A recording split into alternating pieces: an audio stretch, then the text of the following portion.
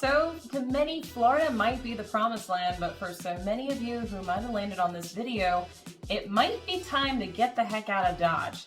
In this video, we're going to go ahead and talk about some of the comparisons from North Carolina, specifically Charlotte, to Florida, and why so many Floridians are getting the heck out. So if you're looking for everything Charlotte, North Carolina, and South Carolina, the good, the bad, and everything in between, you've landed on the right channel. Be sure to like and subscribe and stay up to date on everything Charlotte. And if you want the notification every time I drop a video, go ahead and click on that notification button and I'll be sure to send it to you. Now, people really do call me, text me, email me, set up Zoom invites for meetings every single day. People just like you who are moving to the Charlotte, North Carolina area or South Carolina. And yes, I love hearing from you and helping you in your move. So if that's you, whether it's 9 days or 90 days from now, whether you're moving across the country, across the world, or just across town, I'd love to make your move everything you want it to be. All my information is in the description below. Be sure to reach out, and I can't wait to talk to you.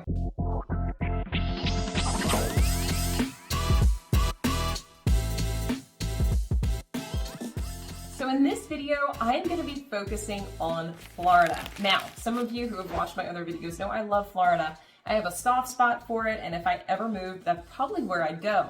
However, many of my clients are making the move out of Florida, and you might be wondering why. Well, as we all know, over the last couple of years, Florida remained relatively open and the economy was strong. For many of people in other states, this was a haven for them to get to, not only from lower taxes, but also they had the freedom to do what they wanted to do. Well, guess what? With that freedom comes responsibility. Okay, not really, but with freedom becomes a lot of people moving into that area. So what are we seeing in Florida, and how is Charlotte different? And how could Charlotte be possibly the place you need to go? Well, let's go ahead and dive in. Now, one thing I am going to disclose here, some of this information came from clients of mine, some of this information has come from the web, and some of this information is my own knowledge because I live here in Charlotte. So take it with a grain of salt, and if you have other information, share it in the comments below. I want to hear from you as well. So let's start from the start. HOA. Now, we all know this stands for Homeowners Association, and if you're like many people, you either probably hate the HOA or like others, you love the HOA. It all depends probably on the HOA itself.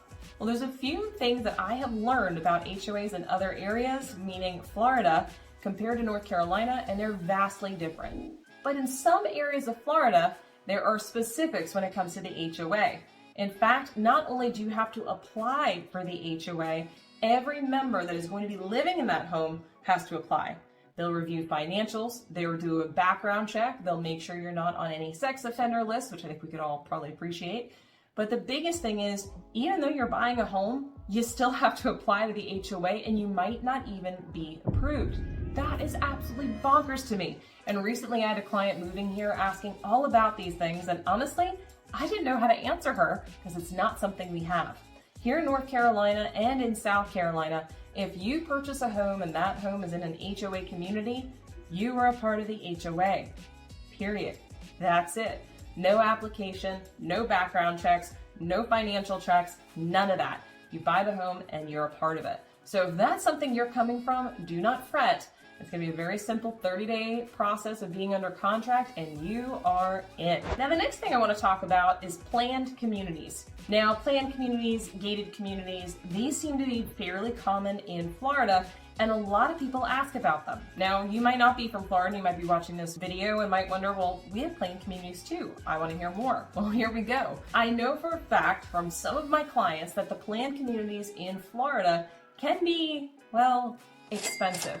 Now, one of my clients was kind enough to pass along some of the information on their particular community, and here's what I found out. Their tax bill is $12,000 a year. Now, $5,000 of that is actually going to a CDD. Now, the CDD is a bond that is a part of the land purchase when that property was developed. So it all kind of dates back to actually making the planned community. The other $7,000 goes to the property taxes. Now, on top of that, they also still have HOA dues, which are about $1,200 a year. All of that adds up, and it can affect how much home you can buy. Well, do not worry.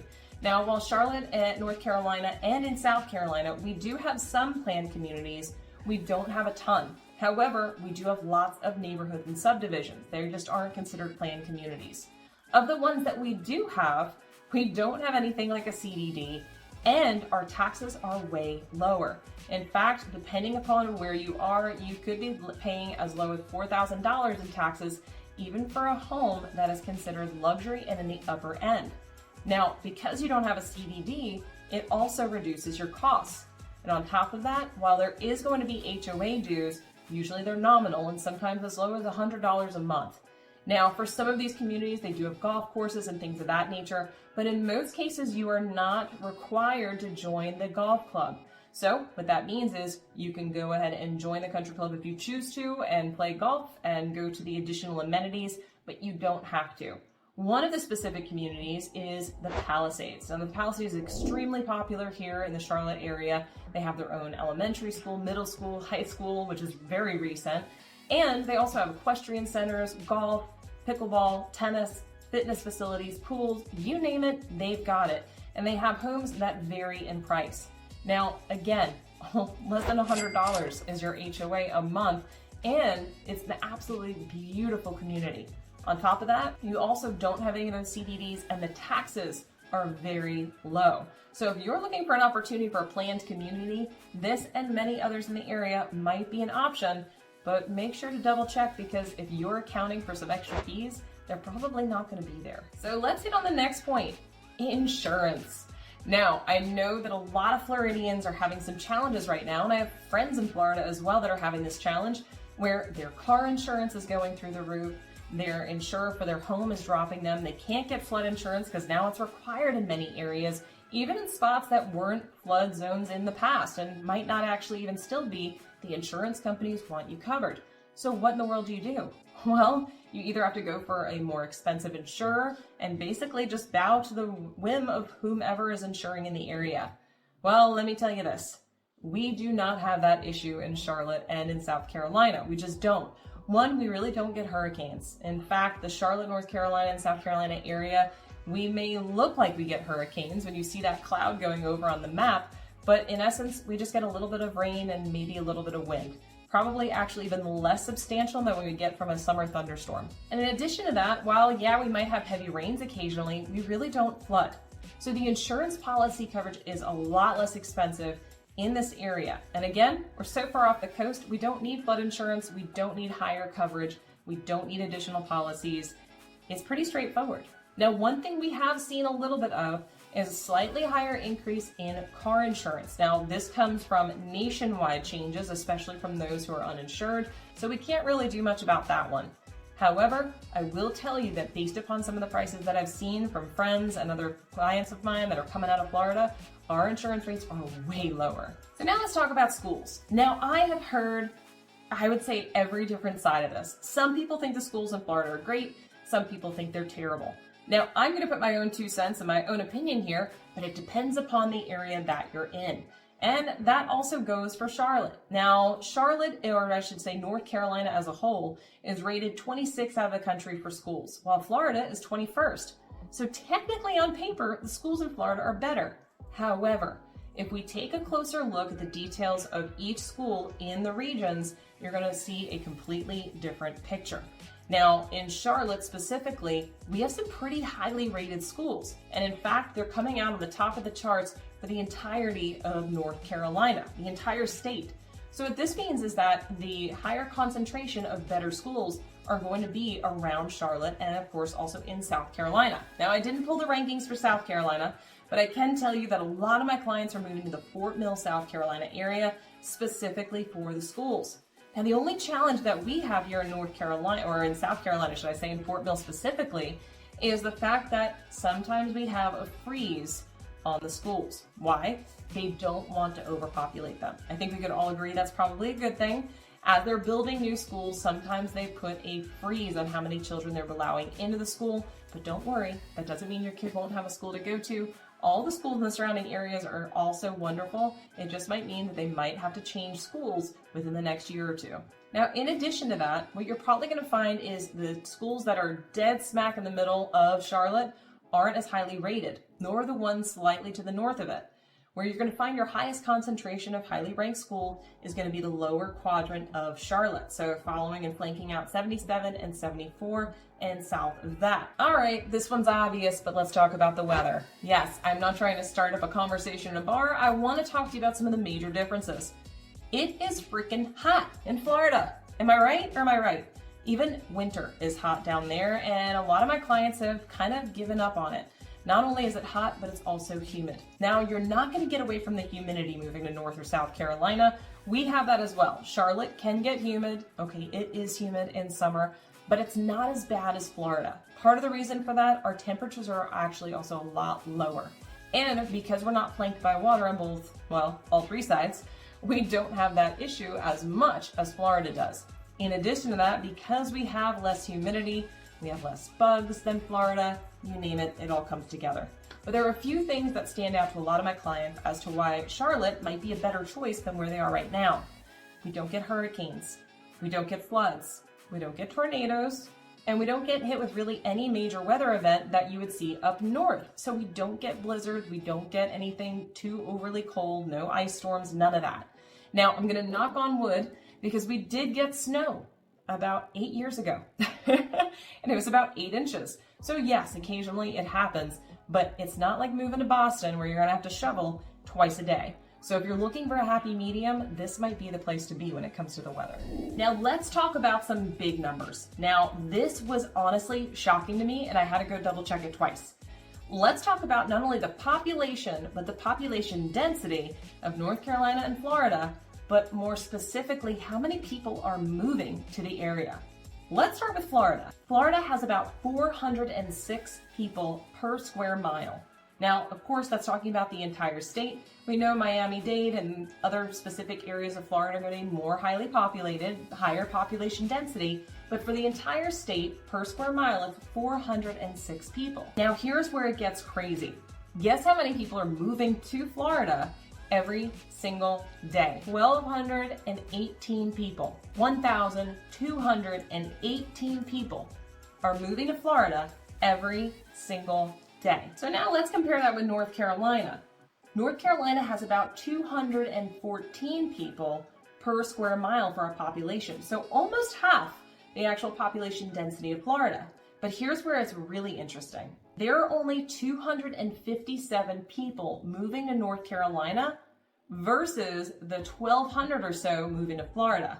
Now that is a huge difference. The biggest thing I want to point out here is there's already a higher population density, and it still has inbound almost 6 times the amount of people that are moving to North Carolina, meaning things are going to remain a little bit more stable in North Carolina, and that's why we're seeing so many population issues in Florida. Now, one thing I will note, in 2021, North Carolina was ranked as number 4 for the highest population increase. So yes, we're getting an influx, and Charlotte specifically is getting about 100 people a day. The nice thing is we have the infrastructure to handle it, and we have enough land to expand to.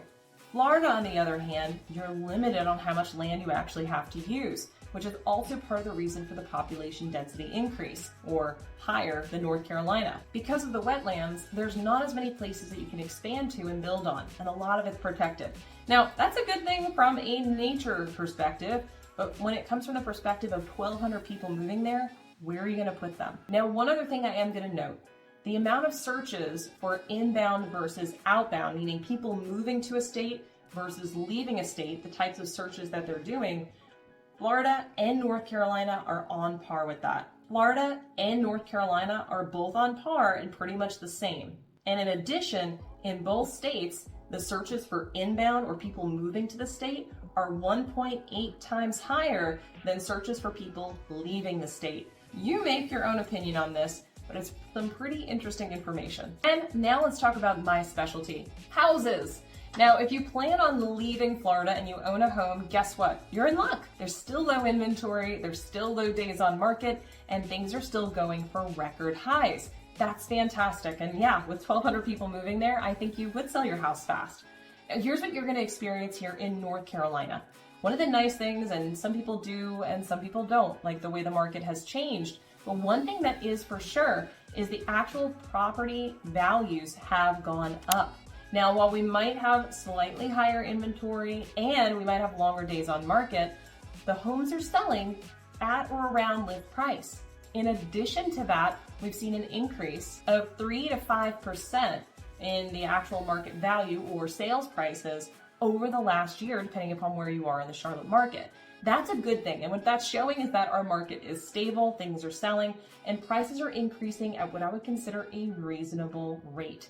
So yes, great for you if you're moving from Florida and selling your house. And you're also going to have the opportunity when buying here, because the power is in the hands of the buyers right now in North Carolina, and you have the ability to do some negotiation that hopefully I can help you with. So that concludes my video when we're talking about Florida, and I want to hear what other kind of comparisons you have. What are some of the challenges that you have as a homeowner or someone living in Florida right now?